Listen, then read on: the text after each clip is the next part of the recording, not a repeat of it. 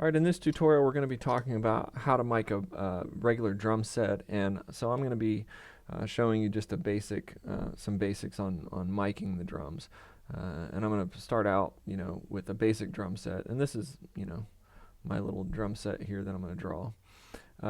We basically have several ways you can do it, and first I'm going to start out with just a simple method, and this is maybe you have a limited number of mics, and there's your drum set. So with a limited number of mics, let's say with a 3 mic setup, it's pretty easy to do. You can take your bass drum and you can mic your bass drum. So let's see, your first mic would be bass drum, and then your second mic would be snare, and then your third mic would be an overhead. And that would be simple. You would take your let me put this in a different color so you can actually see what I'm thinking about. But you'd take your bass drum mic, which would be some sort of instrument mic. Would be good to have some sort of instrument mic.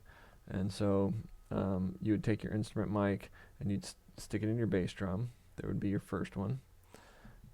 If you have a bass drum mic, it's even better.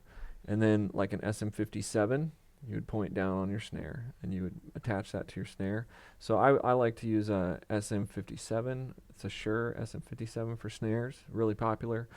And just use some sort of bass drum mic. If you don't have a bass drum mic, you can use some kind of vocal mic. You can get by with that. And then for your overhead, I would take my overhead. I would have one overhead, and it'd be a pencil condenser or a large diaphragm condenser microphone, and you'd put it in the middle right above, pointing straight down, usually at the snare or maybe over the cymbals, and that's going to kind of pick up your cymbals. Okay, so this would be a 3 mic setup on the drums. This is just 3 simple mics.